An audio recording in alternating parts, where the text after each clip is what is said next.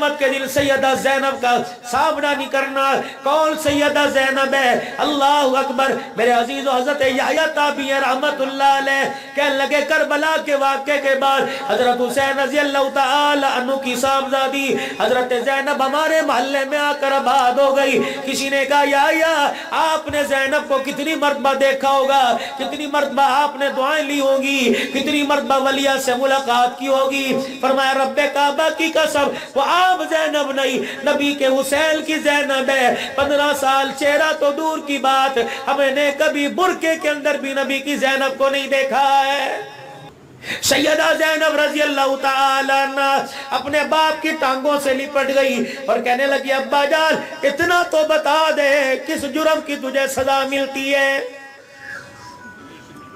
صحیح سالم گھر سے بھیجتے ہیں، کپڑے لولوحان کر کے گھر کے اندر آتا ہے، ابا جان چہرے سے خون آتا ہے، اب کب تلک اپنے دوپٹے کو پھاڑ پھاڑ کے تیری پٹیاں کریں؟ رسول اللہ کی آنکھوں میں آنسو آ گئے۔ فرمایا زینب میں نے بھی ان سے سوال کیا، میں نے پوچھا کیوں مارتے ہو؟ جواب میں دوسرا پتھر آیا۔ اے زینب مجھے نہیں بتاتے، تو ان سے پوچھ لے۔ صحابی کہتا سیدہ زینب نے مکے کے سرداروں کی درمو کیا اور ننھے ہاتھوں کو جوڑا، کہنے لگی او ظالمو میرے باپ کو نہیں دیکھتے، میرے ننھے ہاتھوں کو دیکھو، اتنا تو بتا دوں کس جرم کی سزا مل رہی ہے؟ صحابی کہتا میری آنکھ نے دیکھا، بجائے اس کے سر پر ہاتھ پھیرنے کے، بجائے اس کو کوئی سینے سے لگاتا، بجائے اس کی انگلی پکڑ کے کوئی گھر چھوڑ کے آتا، کہ لوگوں نے نبی کو تو چھوڑ دیا، نبی کی زینب پر اتنے پتھر مارے کہ ہونٹوں سے خون نکلنے لگ گیا۔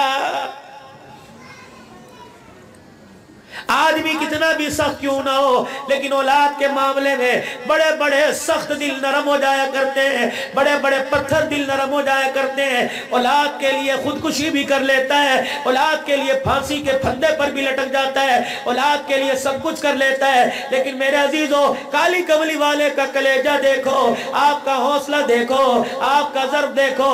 بچی لولوحان ہے، باپ کی ٹانگوں سے لپٹ کے کہنے لگی ابا جان آپ ہی بتاؤ، مکے کے سرداروں سے پوچھا کی بات تو میرا پیغام امت کو بتا دینا، تیرے باپ کا قصور یہ ہے، اسی وجہ سے مکے سے نکالا گیا، اسی وجہ سے طائف کی گلیوں میں مارا گیا، اسی وجہ سے شیب ابی طالب کی گھاٹی میں 3.5 سال مجھے بٹھایا گیا، تیرے باپ کا اتنا قصور ہے، تیرا باپ انہیں قرآن سناتا یہ قرآن سنتے نہیں۔ اللہ اکبر۔ سیدہ زینب اپنے ابا کی ٹانگوں سے لپٹ گئی، کہنے لگی ابا یہ بھی بھلا کوئی بات ہے، آپ چلیے میرے ساتھ گھر میں، اماں خدیجہ کو تیرے سامنے بٹھاؤں گی، رقیہ کو تیرے سامنے بٹھاؤں گی، ام کلثوم کو تیرے سامنے بٹھاؤں گی، بہن فاطمہ کو تیرے سامنے بٹھاؤں گی، کاش ہمارا کوئی چھوٹا بھائی ہوتا اسے بھی تیرے سامنے بٹھاتی، ابا قرآن تو سناتا، ہم قرآن سنتے۔ بیٹی کو سینے سے لگا کر زاروں قطار روئے، رونے کی آواز مکے کے سرداروں کے کانوں میں آئی۔ آپ نے فرمایا بیٹی میری بڑی مجبوری ہے، مجھے پروردگار عالم کی طرف سے حکم آ گیا، یا ایھا المدثر قم فانذر وربک فکبر، محمد قرآن سناتا جا مار کھاتا جا۔ میری بچی میرا لوگ مکے کے قیمہ بھی بنا دے، تیرا باپ قرآن سنانے سے باز نہیں آئے گا۔ یقیناً آج قرآن لاوارسا ہو گیا، تم نے گھروں کے دروازے بند کر لیے، مسجدوں کے دروازے بند کر دیے، رسمی طور پہ قرآن پڑھا گیا، کسی نے آج 25 روزہ خرچ کیا، 25 روزہ ختم کیا، اس کے بعد میرے عزیزو اگلے سال قرآن دیکھا جائے گا، اگر دل کرا تجھے منہ لگائیں گے ورنہ ہمارے دروازے پر نہ آنا۔ قرآن کی برکتیں، اللہ اکبر، اسی قرآن کی برکتوں سے بلال پٹتا پٹتا مکے میں آ گیا۔ سیدنا صدیق اکبر کہتے 8 پتھر بلال کے سینے پہ رکھے، بلال کا سانس بھی نہیں نکل رہا تھا۔ او لوگوں کیا تم نے افطاری میں آج اللہ کی کون سی نعمتیں نہیں کھائی؟ تم نے کیوں قرآن نہیں سنا؟ کل حبشے کا بلال تیرے اور حضور کے درمیان ہاتھ پھیلا کے کھڑا ہو گیا، بتاؤ کہاں جائیں گے؟ حضرت عباس کے پاس جناب سیدنا صدیق اکبر گئے اور جا کے کہا امیہ سے میری بڑی دشمنی ہے، میری بات نہیں سنے گا۔ جا بلال کی آزادی کی قیمت پوچھ کے آ، اس غلام کی آزادی کے لیے کیا لے گا؟ حضرت عباس رضی اللہ تعالیٰ عنہ کی یاری تھی امیہ سے، گئے کہ لگے امیہ آج سودا کر لے، یہ کالا بلال ہمیں دے دے۔ اللہ امیہ کہنے لگا عباس اگر تو لے کے جاتا ہے تو مفت لے جا، صحیح صحیح بتا کون مانگ رہا ہے؟ کہ ابو بکر۔ کہ پھر جاؤ سے بتا دے 1 کلو سونا لوں گا بدلے میں 3 غلام لوں گا۔ اللہ اکبر۔ حضرت عباس کہنے لگے صدیق رہنے دے، تیرے سے بلال کی قیمت ادا نہیں کی جائے گی۔ صدیق بھی تو صدیق تھا، یار غار یار مزار تھا، اٹھ کے کھڑے ہو گئے کہ لگے کاش اللہ مجھے یمن کی حکومت عطا فرماتا، امیہ بلال کے بدلے میں یمن کی حکومت مانگتا۔ اللہ اکبر۔ ابو بکر امیہ کے قدموں پہ بھی یمن کی حکومت پھینک دیتا۔ بتاؤ تو صحیح کیا مانگا؟ کہ 1 کلو سونا اور 3 غلام۔ رحمت دو عالم کی خدمت میں چلے گئے اور جا کے عرض کی یا رسول اللہ بلال کی قیمت ہی امیہ نے بڑی لگائی۔ پیغمبر نے اپنا چولا دیکھا، آپ نے فرمایا صدیق 17 پوے ود لگے ہوئے ہیں، گھر کی تیری بھی حالت ایسی، کلو سونا کون لے کے آئے گا؟ عورتوں کی عادت ہوا کرتی ہے جب کوئی اہم بات کوئی اہم مشورہ ہوتا ہے گھر کی دیوار کے ساتھ عورتیں کان لگا کے کھڑی ہو جاتی ہیں۔ اللہ اکبر۔ جب اندر ابو بکر صدیق، حضرت عباس رضی اللہ عنہ اور رحمت دو عالم صلی اللہ علیہ وسلم بلال کی قیمت کی باتیں کر رہے تھے، سونا کہاں سے آئے گا؟ بھائی خدیجہ الکبریٰ کان لگا کے کھڑی تھی، جب سنا کہ 1 کلو سونا چاہیے بھائی خدیجہ نے دروازہ بجایا۔ حضور نے فرمایا خدیجہ کیا بات ہے؟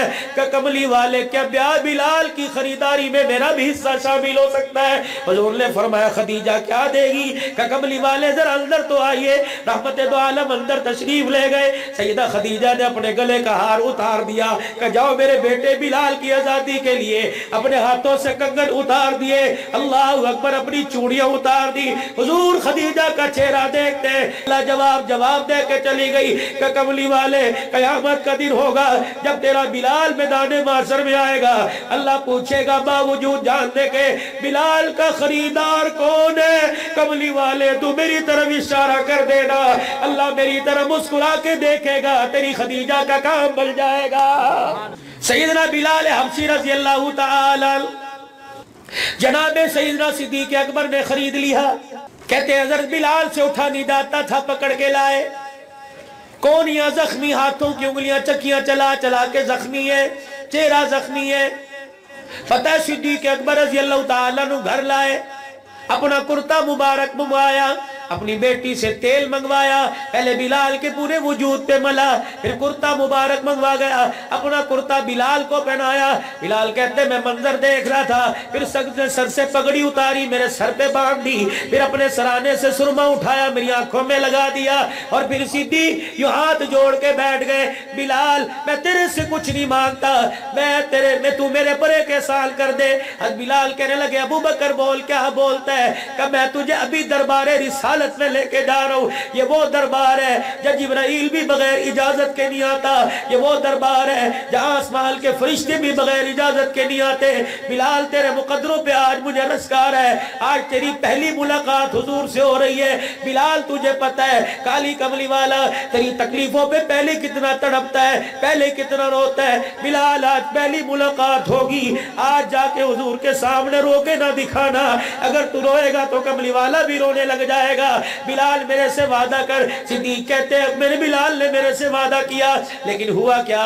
جب سرکار دو عالم صلی اللہ علیہ وسلم کی خدمت میں حضرت بلال کا ہاتھ پکڑ کے لے کے گیا، اللہ اکبر، بلال کی پگڑی دیکھی، آنکھوں میں سرما دیکھا، سر میں تیل دیکھا، تل پہ کرتا دیکھا، پہچان گئے یہ پگڑی میرے ابو بکر کی ہے، پہچان گئے یہ کرتا میرے ابو بکر کا ہے، پہچان گئے لباس میرے ابو بکر کا ہے۔ حضرت بلال کہتے نہ انہوں نے کچھ پوچھا نہ انہوں نے کچھ جواب دیا۔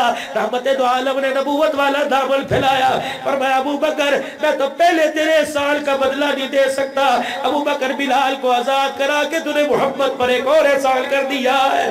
اللہ اکبر۔ بلال کہتے میں نے آنکھیں بند کر لی، میرے آنسو تھمے نہ، ابھی میں اپنے آنسوؤں کو روک رہا تھا، صدیق نے چیخیں مار مار کے رونا شروع کر دیا۔ میرے صدیق اکبر کو کونی ماری، میں نے کہا ابو بکر مجھے تو چپ کر آتا ہے اور تو خود زاروں کا تار روتا ہے۔ اے ابو بکر رضی اللہ تعالی تعالیٰ مجھے تو تو چپ کراتا ہے اور خود زاروں قطار روتا ہے۔ ابو بکر کیا بات ہے؟ کہنے لگے ابو قحافہ کے بیٹے کو کون جانتا تھا؟ محمد تیری نگاہوں میں آئے، اللہ نے آسمان کی بلندیوں سے اونچا کر دیا۔ کملی والے ہمارا تیرے پر احسان نہیں، تو نے کلمہ پڑھا کے ہمارے پر احسان کر دیا۔